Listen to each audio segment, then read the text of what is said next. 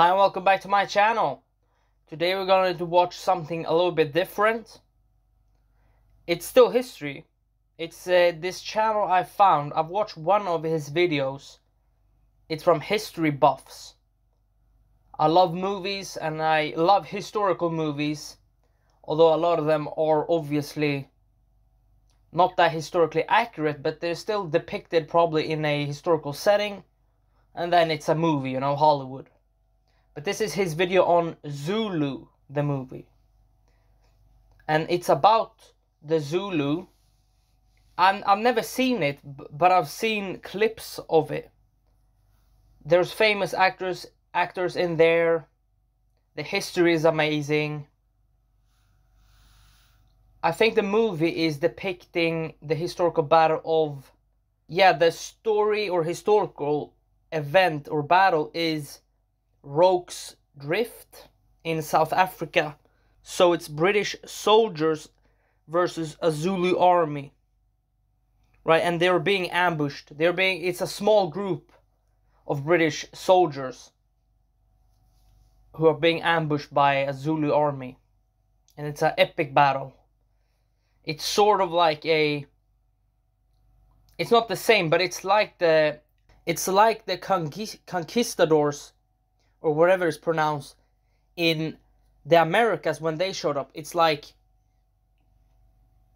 the British have guns and the Zulus have spears. They also have some guns, which they've gotten from the Boers, who are Dutch settlers from like hundreds of years ago. Maybe not that hundreds of years, but maybe 200 years ago. From that, it's like 1889 or 1890s or something, right? So it's a pretty cool battle. I've never seen the movie. I would like to see the movie. I'll maybe watch it. But this is History Buffs Zulu. Original videos down below. Let's go.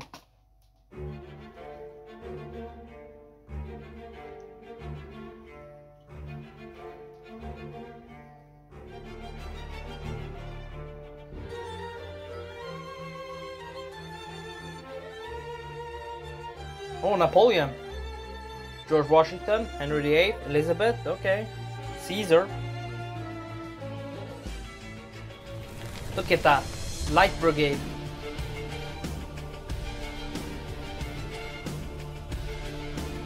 That's from the movie. And one thing, we also saw one of the great leaders of the Zulu, you can say empire, whatever you want to call it. Right? Shaka Zulu. I don't know his full name, but Shaka Zulu is his sort of nickname, I think. Right? He was one of the great leaders because he had innovative tactics. Even that they had spears and hide shields. He used great tactics against his enemies. Even against the British.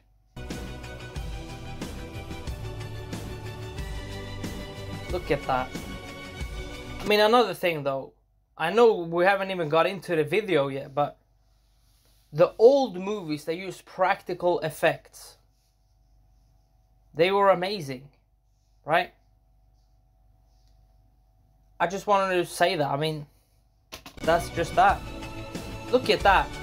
The Napoleon movie or Waterloo movie that the Soviets did with the Soviet army as portraying soldiers in that Waterloo movie. I mean, that's amazing. This Napoleon movie that Ridley Scott did, I mean, it sort of had that, but not at that scale, and the story was trash, right? It was very contrived.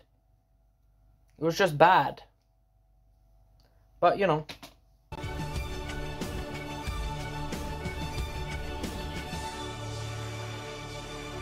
Cool intro. Hello and welcome, History Buffs. Today we'll be looking at a very special film that's near and dear to my heart. One of my favorite African adventure films as a kid, Zulu. Based on the Battle of Rorke's Drift, this is the story of how just 150 British soldiers were besieged by 4,000 Zulu warriors deep in the heartland of South Africa.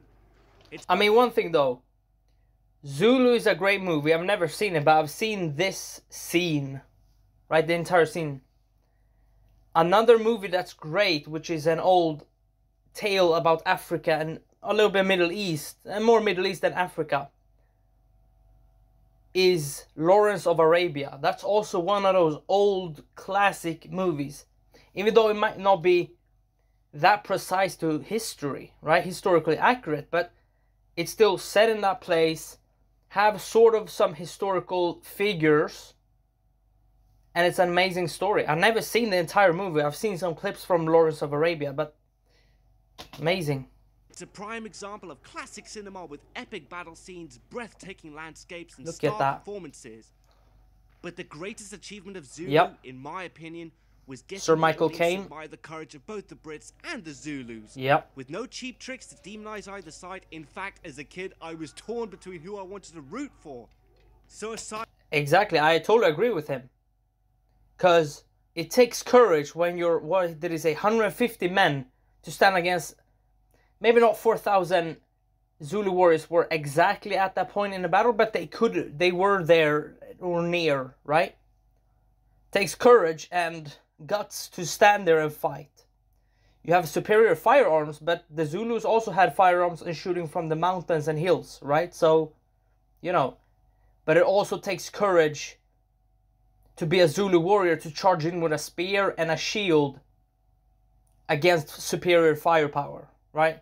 They can just kill you from a distance, and they're very disciplined and rudimentary, the British soldiers, right? Even though they're so few. So I can understand why he's torn. I'm actually torn.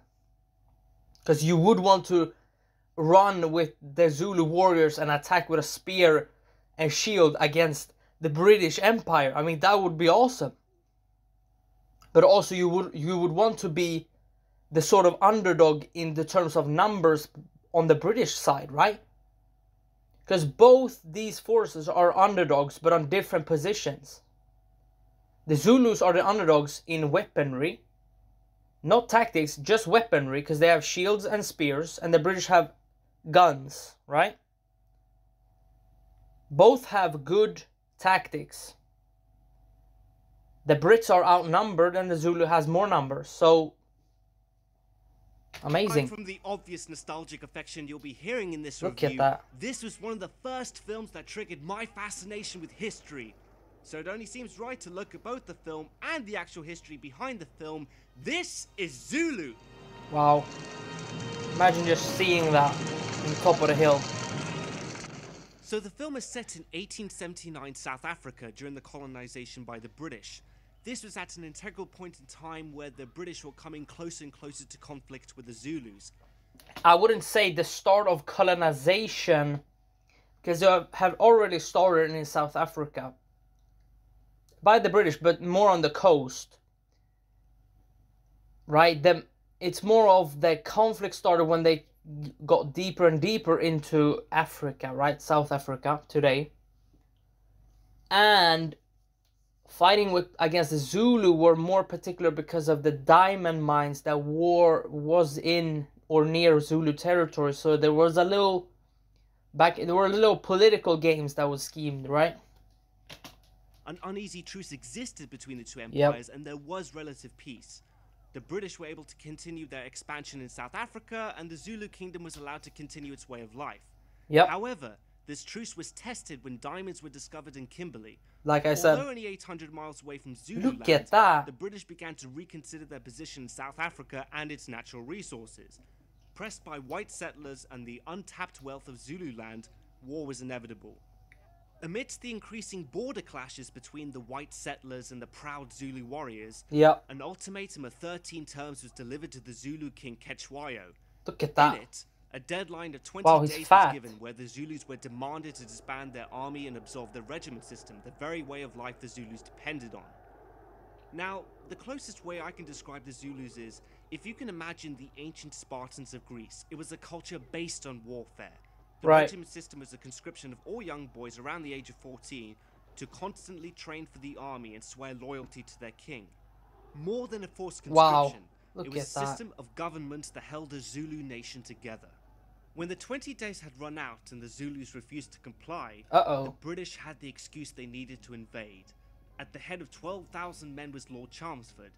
I mean, I would say every war is always an excuse, right? It's not special that the British, oh, you had to disband the army in 28 days or whatever, 26 days, and then we come in and enforce all the laws or whatever. It's not that special that the British did that. I mean, the Zulus did the same against their neighbors. That's why they're so powerful as well, right? That's why they had the pool of young boys to conscript, right? Same with the Spartans. Confident of an easy victory over a technologically inferior enemy. True. The only problem Chelmsford saw in this campaign was actually getting the Zulus to fight. Look he at had that. it in his mind that the Zulus would engage his forces with guerrilla tactics and avoid open battle. I mean, that's a good tactic. That looks like they're miniatures, right? That looks very weird. I think they're miniatures. That's pretty cool.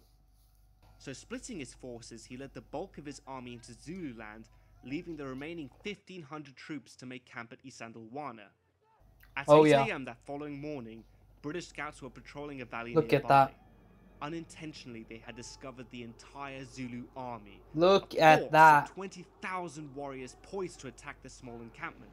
Unprepared and overconfident, the British didn't have a chance, and despite all of their superior firepower, they were completely and utterly annihilated. This was to be marked down in history as the worst defeat ever suffered by a modern army against a technologically inferior indigenous force.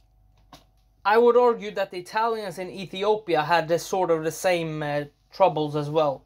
Obviously, the Ethiopians at a later stage had help from. There was during World War II, though, by the Nigerians under the British. They marched across Africa to Ethiopia to fight the Italians there.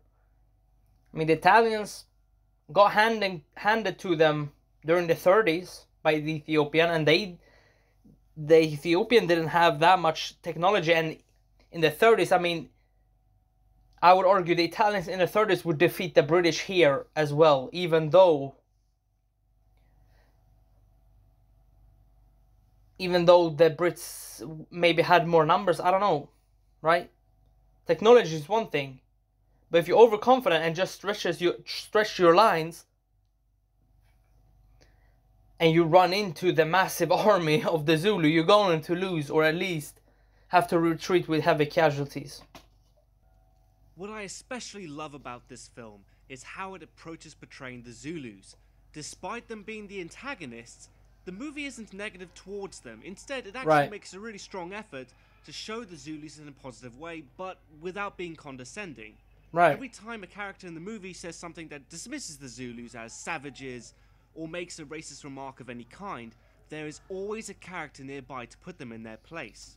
But I mean, reality is that both sides, if you're talking about racism, both sides were racist against each other. It's always the case, right? Because the Zulu warriors are proud soldiers of the Zulus, right? And the British are proud British soldiers. So you're going to have a clash there. It doesn't matter. Both sides racist. It doesn't matter, right? They don't have to, in the movie, they don't have to depict another person being racist towards the Zulu and then another British soldier saying, no, you shouldn't. Because again, if they're depicting reality, reality is both sides were racist, and that's that. They didn't act on it, I don't think. It was just that, right?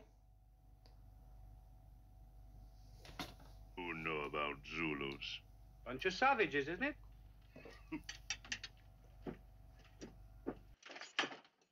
All right. How far can you rednecks march in a day? Oh, 15, 20 miles, is it? Well, a Zulu regiment can run 50 miles, and fight a battle at the end of it. Now, you have to consider the time when this movie was being made. The Civil Rights Act hadn't been passed yet, and apartheid was at its worst in South Africa. With the political climate, it would have been easy to make a film where the Zulus are portrayed to be That's true. barbaric savages attacking defenseless white people. It's true. Instead, Although, again,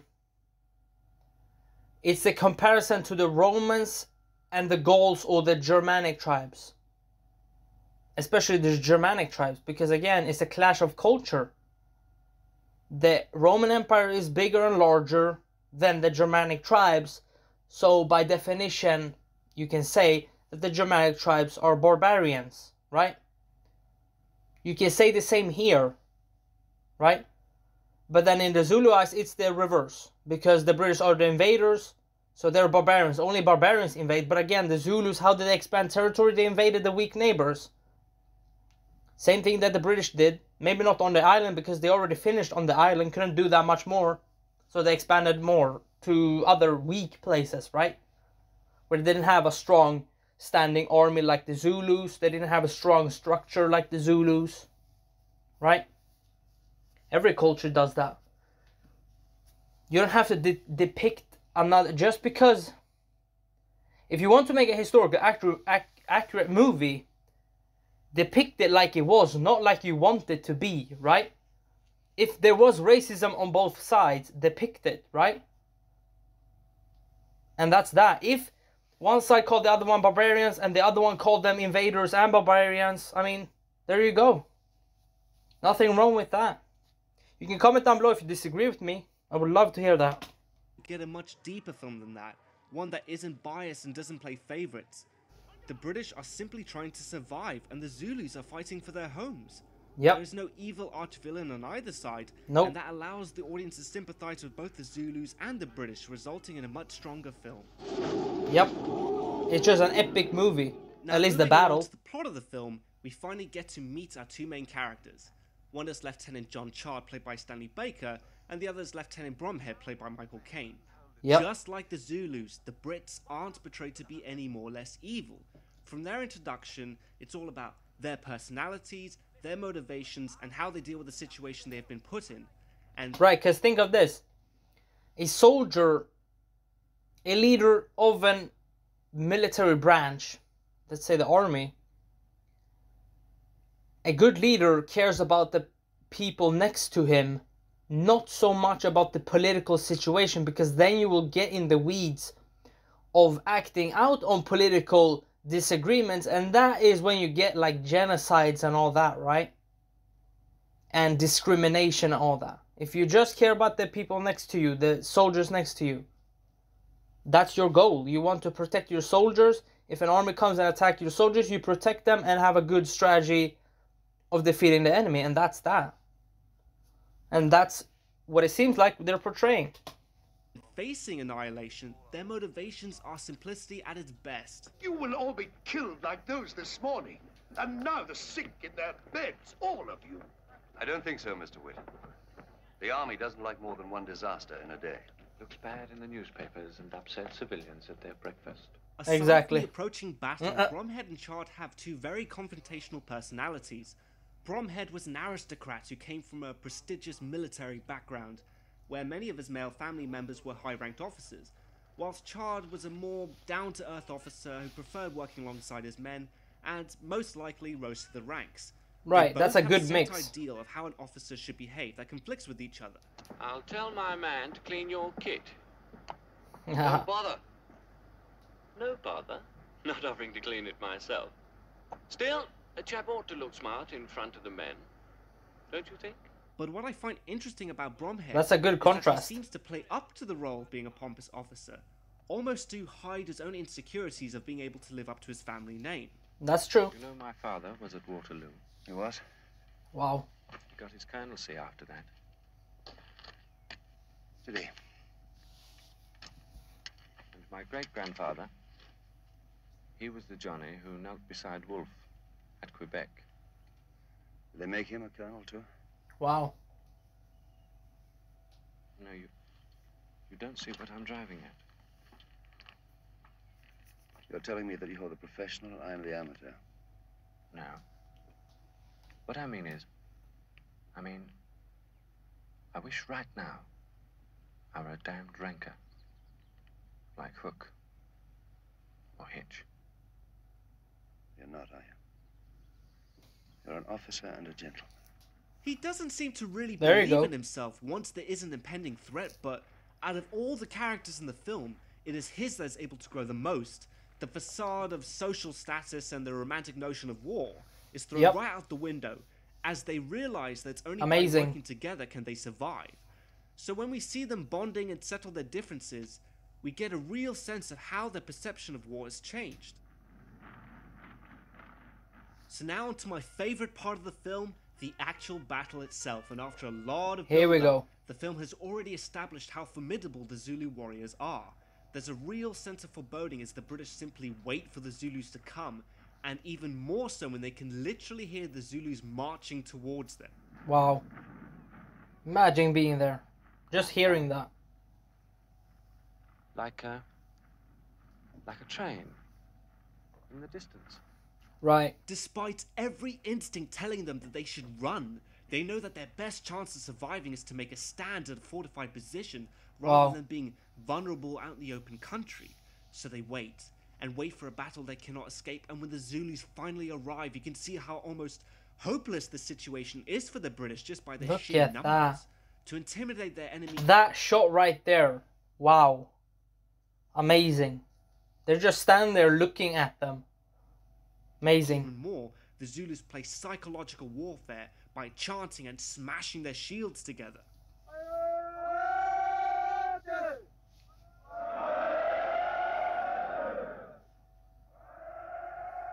Wow.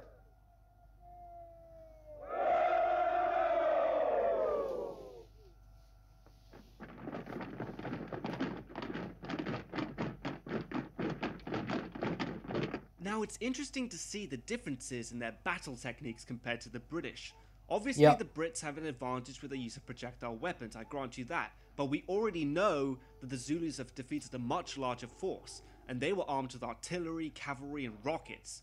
Yep. They did this with an old Zulu battle strategy called the Horns of the Buffalo, which was introduced by Shaka Zulu right at the birth of the Zulu kingdom. Right. The way it worked was that they sent their strongest warriors in the center representing the head and loins of the buffalo, whilst the warriors on the left and right flanks were Look the at horns. that. When the center engaged, the enemy was focused on defense, unaware of the horns encircling them. It was this way of fighting that allowed the Zulus to conquer an entire empire. Exactly. However, this doesn't mean that the British don't have a fighting chance as well. I mean, I know that they have guns, but you have to consider the fact that there's only 150 of them, and their rifles can only fire once before having to be reloaded. Exactly. So they use their fighting technique that has also secured them an empire. This was... I mean, that's true. But they also had a brand new gun. They had breech loading gun. So what did that mean? Breech loading rifle, I think it was called. That means that they can load from the rear instead of in the front, you know, putting the bullet in and taking the metal rod and pushing it down, putting gunpowder there and pushing it down, right? They could just load it in the rear, which made their firepower or reloading go quicker, right? called volley fire, and the way it worked was that they would usually spread out into 3 ranks. Look the at first that. rank would open fire and then reload, the second rank would do the same as well as the third, and they would repeat. By Yep. keeping this up, they could pour continuous fire into the enemy. Now, I mean, you need a lot of cohesion here, right? Because look at that guy, he just died. They need cohesion, they just need to move forward, right? Because if you wait for a second too long, the line breaks. despite a few times in the battle when the Zulus break through their lines before being repelled, the Horns of the Buffalo was largely ineffective at Rorke's Drift. It was best used out in the open, but here the British have an outpost with defenses and barriers, and the Zulus Yep. would find themselves in contained kill zones where avenues of gunfire would inflict horrendous casualties. Look at that. Yeah, they have the range.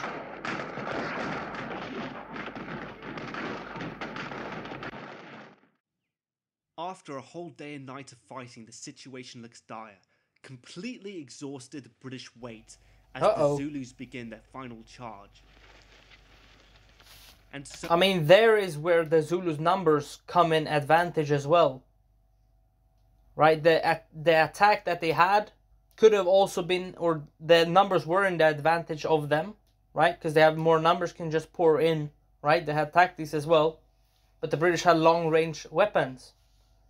But now they can just exhaust the men of the Brits and their ammunition, right? And the Zulus can just pour in again. So begins what is probably the most famous scene in the entire film, when the Zulus start singing and the British are just staring death in the face. Wow.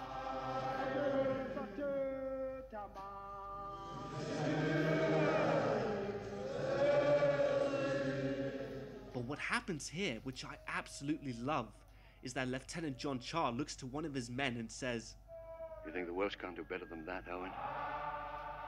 Well, they've got a very good base section, mind. But no top tenors, that's for sure. And so the British start singing Men of Harlech in response to Wow. the Zulu singing, and it almost turns into a sing-off. It's hard to describe, but it's absolutely beautiful how these two songs collide with one another, like two alien worlds united in battle with the use of voice. Yep.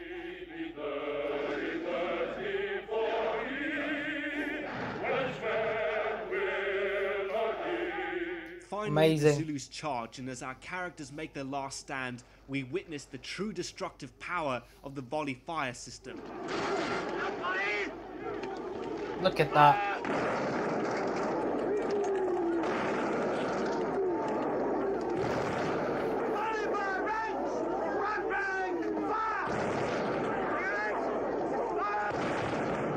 Wow. 3 lines deep. After the battle, the British almost seem traumatized, and I really appreciate how we don't see any cheers of victory. They just seem relieved to have even survived, so you feel Exactly. the weight on their shoulders for going through such a horrific thing. There's definitely an anti-war sentiment going on here, and the film doesn't Yeah. revel in ideas of glory. It's just stating what happened in the conflict both the Zulus and the British went through. I mean, that's true. You would only sort of cheer or have sense of pride and of the glory of the battle maybe decades later if you're in your older days, right? Then you might look back and say, wow, what a fight. And what glory we got. Right? We actually see the characters tormented what they just witnessed and question their own moral values. Does everyone feel like this afterwards? How do you feel? Sick? Well, you have to be alive to feel sick. Wow. If you asked me, I told you. There's something else. I feel ashamed. Was that how it was for you? I don't know if this is historically accurate though. I don't think it is.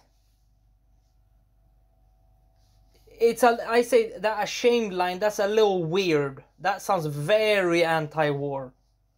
Right? I understand the Cold War was going on. So, you know. First time. First time?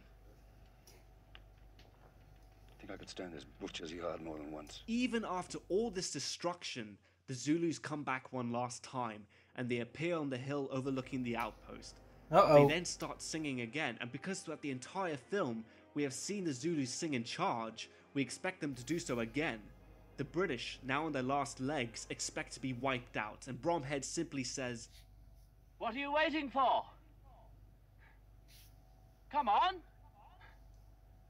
Come on! But the movie takes an unexpected turn because the Zulus are actually applauding the British for their bravery and recognize them as worthy warriors. Amazing. They're saluting you. I mean, I can understand that the human body works in weird ways. So maybe when you think you're on the cusp of dying, you probably get delirious and just because they're acting very happily and very like not caring about reality anymore, right? They look almost delirious, right? Saluting fellow braves. I don't know if that's true It's though, at but this point that both sides develop a mutual respect for one another, and this is something I haven't seen in many films. Though the Zulus and the British are complete polar opposites, they both recognize the courage it takes to go through battle and overcoming your fear.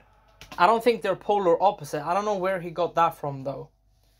Because if you think about it, how are they polar opposite? Both of them are growing empires or have already grown as empires by invading their weaker neighbors or just weaker places in the world. Both of them are military tacticians, as in a military force on the local level. They show respect in battle, although sometimes both sides mutilate their enemies' bodies or opponents' bodies. So I don't know if they're opposite though. I don't think so. Leave a comment if you disagree. It doesn't matter where you're from. It's these qualities that all soldiers can relate to. Yep.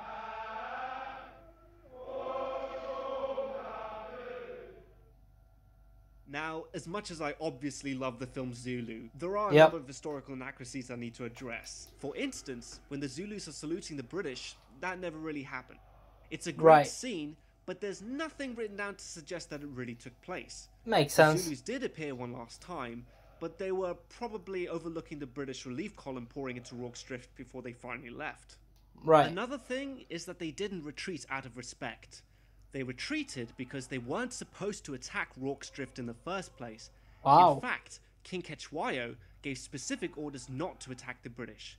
He had won an important battle at Isandlwana, and Right. he could state his case that he was simply defending his homeland. That's true. In the movie, we see King Cetshwayo at the wedding ceremony giving the order to leave Zululand and attack the British, which completely contradicts what he really wanted, and that was forcing the British to renegotiate.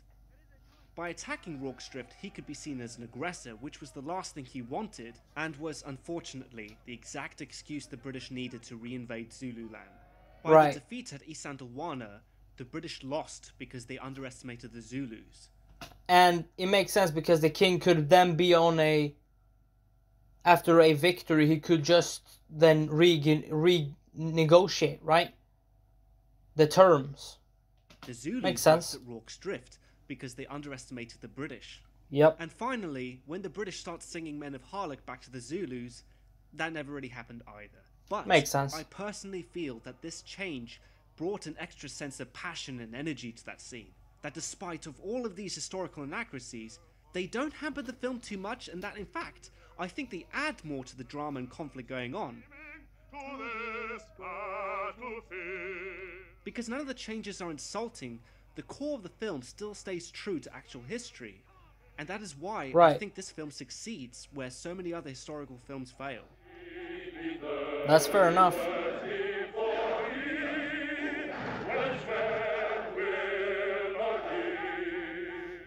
Well, that about wraps it up. My name is Nick Hodges, and thanks for watching, History Buffs. I mean, that was amazing video.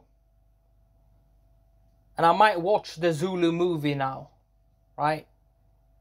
It's just an epic tale. Both are underdogs. Both armies are underdogs. And the story that they tell, even though the movie's, like you said, somewhat historically inaccurate, it's still good. Right? The movie makes you want to search up the real history behind the battles, behind the politics, the conquest of both the British and the Zulu, right? And I think that's the point of historical movies, right? Or at least that should be the point, right? Alright, I'll see you in the next video. Bye.